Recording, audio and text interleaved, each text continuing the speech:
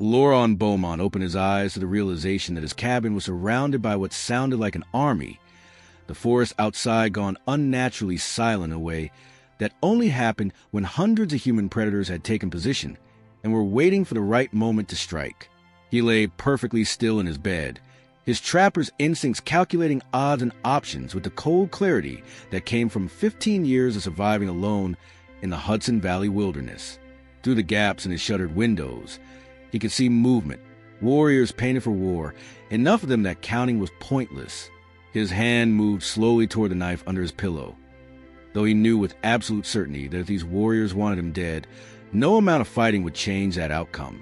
3 days ago, Laurent had been a man who successfully avoided all human contact and all conflicts that didn't directly involve his survival, and then he found a dying Mohican child and made a choice that his isolation-hardened heart insisted was foolish, but his conscience demanded.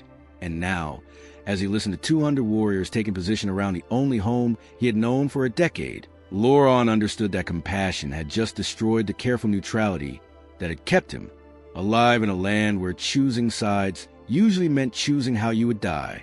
If stories about the impossible choices between safety and humanity, about the unexpected consequences of simple kindness, and about bridges built across cultural divides move you, subscribe now, because this journey will test everything you believe about survival and sacrifice. Laurent was 38 years old, a French-Canadian who had fled Quebec after a scandal involving a married woman and her vengeful husband. He had drifted south into the Hudson Valley and discovered a talent for trapping that allowed him to live independently, trading furs to whatever merchants asked the fewest questions and paid in goods rather than currency that could be traced. He spoke French, adequate English, and enough Mohican to conduct basic trade negotiations, though he deliberately kept those interactions minimal and professional. His cabin was deliberately remote, built in a location that required knowing specific landmarks to find, positioned to be defensible, but more importantly to be avoidable. Laurent had watched from a distance as Dutch and English colonists fought over territory, as various indigenous nations navigated the deadly politics of European expansion, as violence consumed the valley in waves. He had survived by staying invisible, by making himself irrelevant to everyone's conflicts, by being a trapper who bothered no one and asked nothing from anyone. 3 days ago, Laurent had been checking his northern trap line when he found her, a Mohican girl, no more than 7 years old, unconscious and half-frozen near one of his beaver traps. She was dressed in torn clothing, completely inadequate for the sudden cold snap that had hit the valley. Her arms and legs were scratched and bleeding, suggesting she'd been running through the forest for some time. Most alarmingly, she was dangerously thin, clearly starving, her small body showing the effects of prolonged malnutrition. Laurent's first instinct had been to leave her. Getting involved with an indigenous child, especially one who was clearly lost or fleeing from something, was exactly the kind of complication he had spent 15 years avoiding. But as he stood there looking at her small, still form, something in him refused to walk away. This was a child, dying alone in the forest, and he had the means to help. He had carried her back to his cabin, wrapped her in furs, built up his fire, and spent the next 72 hours in a desperate battle to save her life. He fed her tiny amounts of broth made from rabbit, slowly introducing food to a stomach that had been empty too long. He treated her cuts and scrapes with salves he made from forest plants.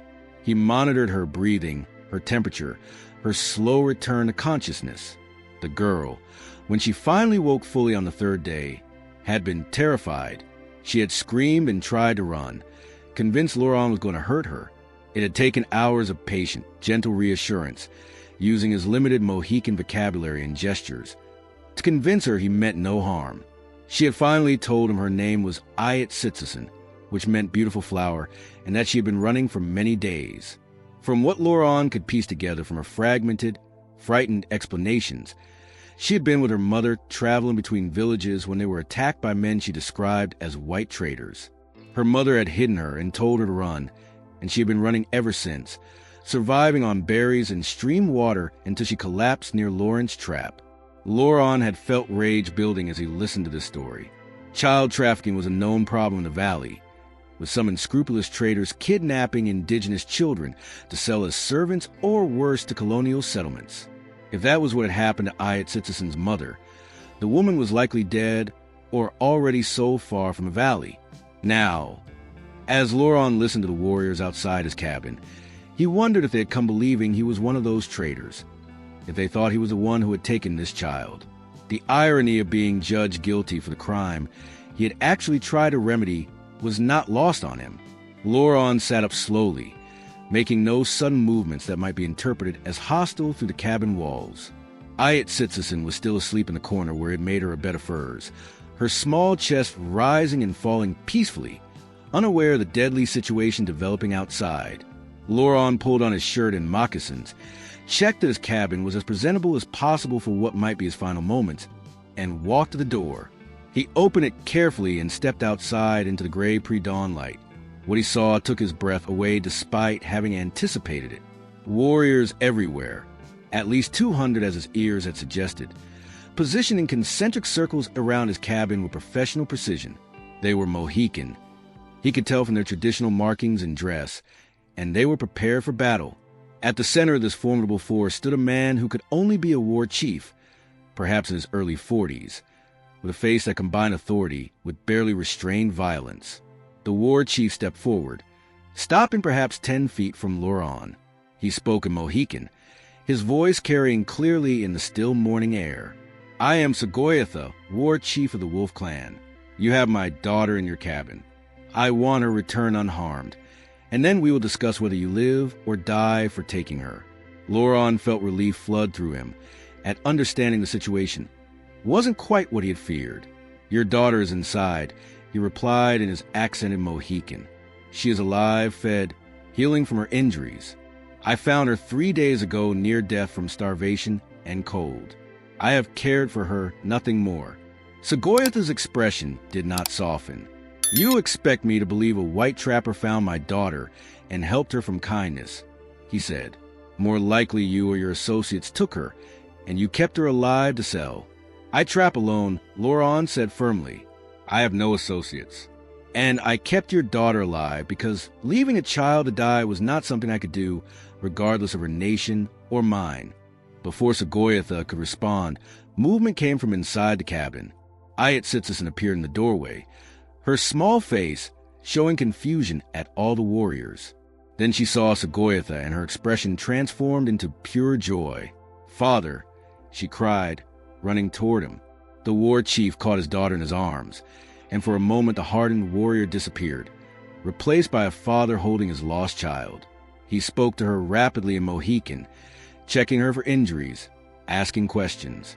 Ayat Sitsusin answered just as rapidly, and Loron caught enough to understand she was telling her father about the attack, about her mother, about being lost and starving, about Loron finding her and caring for her. When Sagoyatha finally looked back at Loron, his expression had shifted from rage to something more complex. "My daughter says you fed her, clothed her, tended her wounds," he said. "She says you were kind when you had no reason to be kind." "As I said," Loron replied, "I could not leave a dying child." The war chief set Ayat Sitsusin down, but kept his hand on her shoulder protectively. "She also says her mother was taken by white traders," he continued, his voice hardening again. "Taken and likely sold or killed. Do you know anything about such men operating in this area?" Loron shook his head. "I avoid other trappers and traders when possible," he said. "I have heard rumors of such activities, but have no direct knowledge of who is involved." Sagoyatha studied Loron for a long moment. Behind him, an older warrior stepped forward and spoke quietly but urgently in Mohican. Loron caught some of it, something about not trusting white men, about this being a trap, about killing Loron as a message to other traders. The war chief raised his hand for silence. "My war council believes you are lying," he said to Loron. "He believes you are part of the group that took my wife and daughter, that you kept my daughter alive as insurance or bait.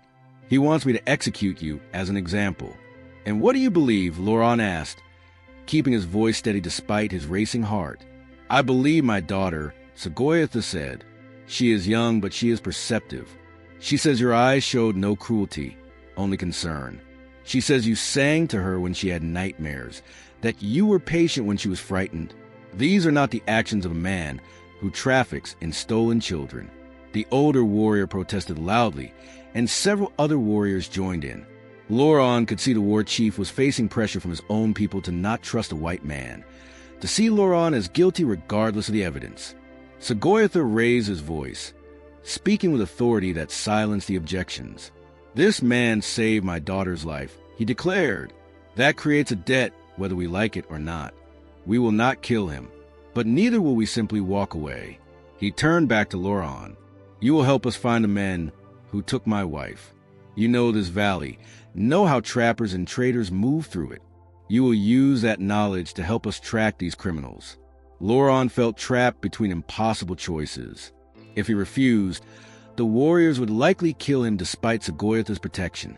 If he agreed, he would be drawn into exactly the kind of violent conflict he had spent 15 years avoiding. But looking at Ayat Sitsason, at this child he had saved, he found he could not refuse. "I will help," he said. Over the next several days, Loron found himself integrated into the Mohican war party in a way he had never imagined possible.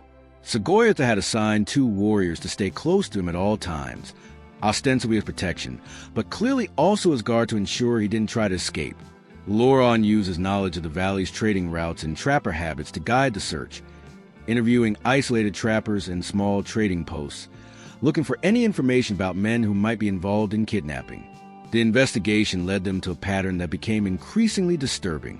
Several indigenous women and children had disappeared over the past year, always during travel between villages, always without witnesses. The few survivors who had escaped their captors described a group of perhaps 5 or 6 men, led by some of the captives called the Dutchmen, who operated with ruthless efficiency. Loron recognized the methodology. These weren't opportunistic criminals. This was an organized operation, likely connected to colonial settlements where indigenous servants commanded high prices and few questions were asked about their origins.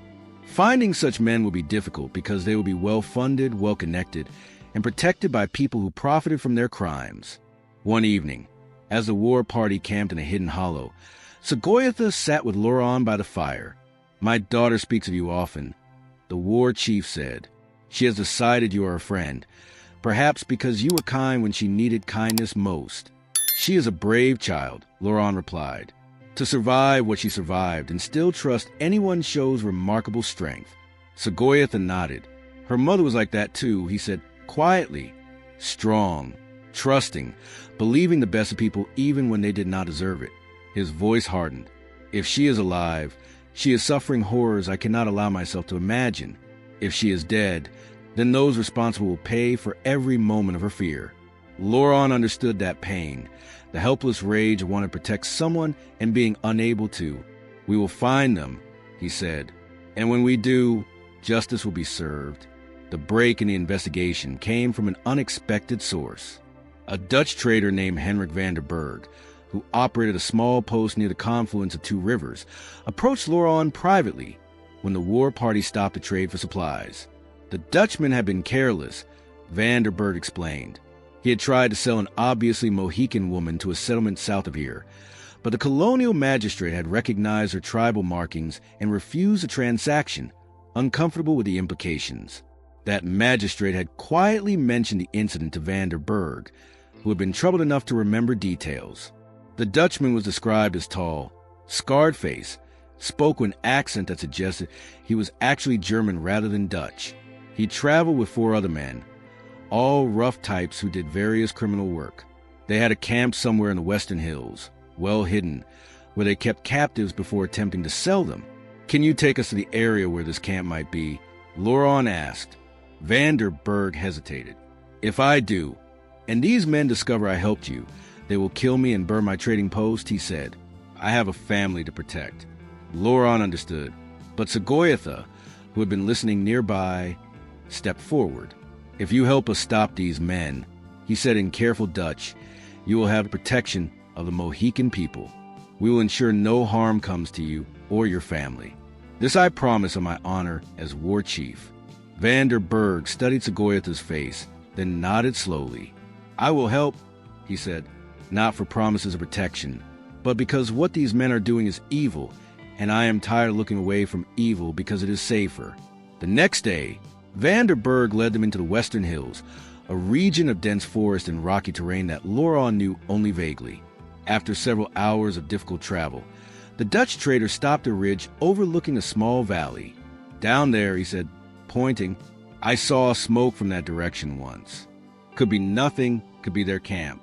Loron and 3 Mohican scouts moved forward carefully to investigate. What they found confirmed Van der Berg's suspicion. Hidden in a rocky hollow was a well-concealed camp with a sturdy cabin and several outbuildings. Through careful observation from a distance, Loron counted 5 men and saw evidence of captives being held in one of the structures. They returned to Sagoyatha with their findings.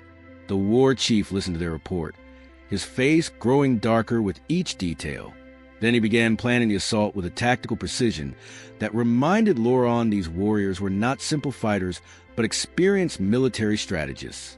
The attack would come at dawn, Sagoyatha decided. 2 groups would approach from different directions, cutting off escape routes. A third group would secure the building holding captives to prevent the criminals from using them as hostages or killing them to eliminate witnesses. Loron would stay back with a small reserve force, both for his safety and because his skills were in tracking and knowledge, not combat. That night, as warriors prepared weapons and painted themselves for battle, Ayat Sitsasin found Loron sitting apart from the main group. She sat beside him quietly for a moment before speaking. "You are scared," she observed with a child's blunt honesty. "Yes," Loron admitted. "I am not a warrior. Violence frightens me. But you are helping anyway," she said. "That is what my father says makes someone brave. Not lacking fear, but doing what is right despite fear." Loron smiled at this wisdom from such a young source. "Your father is a wise man," he said. "He also says you are a good man," Ayat Sitsasin continued. "He says not many white trappers would have helped me. He says most would have left me to die because helping would be complicated." Loron thought about his years of avoiding complications, of choosing isolation over involvement. "I almost did leave you," he admitted. "I stood there looking at you, knowing that helping would change everything, and part of me wanted to walk away. But you did not," Ayat Sitsasin said simply. "You chose to help." She reached out and took his hand with her small one. "Thank you for choosing to help." The assault came with the first light of dawn. Loron watched from a distance as Mohican warriors moved with deadly efficiency, surrounding the camp before the criminals even knew they were under attack. The fight was brief and brutal. 3 of the men died resisting. 2, including the leader with the scarred face, were captured alive. Most importantly, the captives were freed. 5 women and 2 children, all indigenous, all showing signs of abuse and trauma. And among them, emaciated and barely conscious but alive, was Sagoyatha's wife. The reunion between Sagoyatha and his wife was both joyful and heartbreaking. She was alive, but the weeks of captivity had left deep scars, both physical and emotional. Her name was Onata, and she wept when she saw Ayat Sitsasin, holding her daughter with a fierce desperation that spoke to the horror of having been separated from her child, while helpless to protect her. Loron watched from a respectful distance as the freed captives were tended to by Mohican women who had traveled with the war party specifically for this purpose. The 2 captured criminals were bound and guarded heavily, their fate to be decided by a council of sachems who would determine appropriate justice. As the war party prepared to return to Mohican territory, Sagoyatha approached Loron. "You have helped us accomplish what we could not have done without you," the war chief said. "Your knowledge of the valley, your connections to traders like Van der Berg, your willingness to guide us despite the danger. These things matter." "I only did what any decent person would do," Loron replied. "No," Sagoyatha said firmly. "Most people, white or Mohican, would have protected themselves first, would have avoided involvement in something dangerous and complicated. You chose differently. That deserves recognition." The war chief pulled something from his pouch, a beautifully carved pendant made from bone and decorated with traditional Mohican symbols. "This belonged to my father," he said. "It marks the bearer as a friend of our people, as someone who has earned trust through actions rather than words. I want you to have it." Loron felt overwhelmed by the significance of the gift. "I cannot accept something so meaningful," he said. "You can and you will," Sagoyatha replied, "because you have earned it, and because if you ever need help, If you ever face danger or hardship, this pendant will bring you aid from any Mohican who sees it. We protect our friends, Trapper, as fiercely as we fight our enemies." Loron accepted the pendant with gratitude and humility. Over the following days, as the war party made their way back to the main Mohican settlement, Loron found himself included in councils and conversations in ways that would have been unthinkable weeks earlier. The warriors who had initially viewed him with suspicion now treated him with respect. The freed captives thanked him for his role in their rescue, and Ayat Sitsusin appointed herself his constant companion, chattering away in a mixture of Mohican and broken English about everything and nothing. When they reached the Mohican village, Loron was formally welcomed in a ceremony that recognized his contribution to recovering the captives and destroying a criminal operation that had terrorized the region. He was given a Mohican name, Ranatariwakwas, meaning he helps with good heart. He was invited to feast with the community, to share in their celebration, to be part of something larger than his isolated existence had ever allowed. But as the celebration wound down and Loron prepared to return to his cabin, Onata approached him. She still looked fragile. Her recovery from captivity clearly going to take a long time, but there was steel in her eyes. "My daughter has told me everything you did for her," she said. "How you found her dying and saved her life. How you cared for her with gentleness when you could have ignored her suffering." "I did what anyone should have done," Loron said, uncomfortable with praise. "But most would not have done it," Onata replied. "You risked yourself for a child you did not know, from a people you had no obligation to help." She paused, emotion thick in her voice. "You gave my daughter back her life. I can never repay that debt. But I want you to know that you will always have a family among our people. Always have a place where you belong." Loron felt tears threatening and blinked them back. For 15 years, he had convinced himself that isolation was what he wanted, that needing no one and being needed by no one was a path to safety and peace. But these past weeks had shown the lie in that belief. Humans were not meant to be alone. They were meant to be part of communities, to help and be helped, to matter to others and have others matter to them. "Thank you," he said quietly. "That means more than you know." Weeks later, Loron returned to his cabin, but it no longer felt like the fortress of isolation it once had been. Now it felt like a home he could leave and return to, a base from which he could engage with the world rather than hide from it. He continued trapping, but he also began trading more actively with the Mohican people, forming relationships, learning their language more thoroughly, becoming a bridge between their community and the scattered European trappers and traders of the valley. Ayat Sitsusin visited him often, sometimes with her parents, sometimes with other children from the village. Loron found himself teaching them French and English, sharing stories about the wider world, learning from them about Mohican traditions and beliefs. The lonely trapper who had once avoided all human contact became something he had never expected to be, a teacher, a friend, a valued member of a community. The pendants Agoyatha had given him hung around his neck constantly, a reminder of the choice that had changed everything. Loron had saved one starving child, not knowing who she was or what consequences that simple act of compassion would bring. And that choice had broken open his isolated life, had forced him to become involved, to care, to be part of something larger than his own survival. Years later, when Loron was an old man, he would tell the story to Ayat Sitsusin's children, his adopted grandchildren in all but blood. He would tell them about the day he found a dying girl and chose compassion over safety, about waking the 200 warriors and certain death, about discovering that the walls we build to protect ourselves often become the prisons that trap us. And he would tell them that the greatest gift he ever received was not the pendant marking him as a friend of the Mohican people, though he treasured that. It was a gift of being needed, of matching, of belonging to a community that valued him not for what he could provide, but for who he chose to be when it mattered most.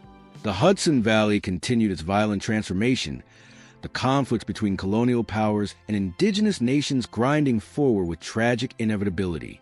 Loron could not stop that tide, but he could, in his small way, build bridges of understanding and friendship across the divides that war created. He could show, through his actions in his life, that cooperation was possible, that different peoples could respect and care for each other despite the forces trying to tear them apart. And it all began with one simple choice: to help a starving child rather than walk away. A choice that cost him his isolation, but gave him everything that truly mattered. If this story touched your heart, please subscribe and share it with someone who needs to hear that our small acts of kindness can have consequences far beyond what we imagine. Leave a comment about the moment that resonated most deeply with you. Your support allows me to continue sharing these stories about choosing compassion over convenience, about the communities we can build when we dare to care, and about the truth that we are never truly safe in isolation, only in connection with others. Thank you for being here. And remember that somewhere today, someone needs help that only you can give. May we all have the courage to offer that help, even when doing so will complicate our carefully ordered lives. Until next time, stay brave, stay compassionate, and never underestimate how one act of kindness can transform not just one life, but ripple outward to change an entire community.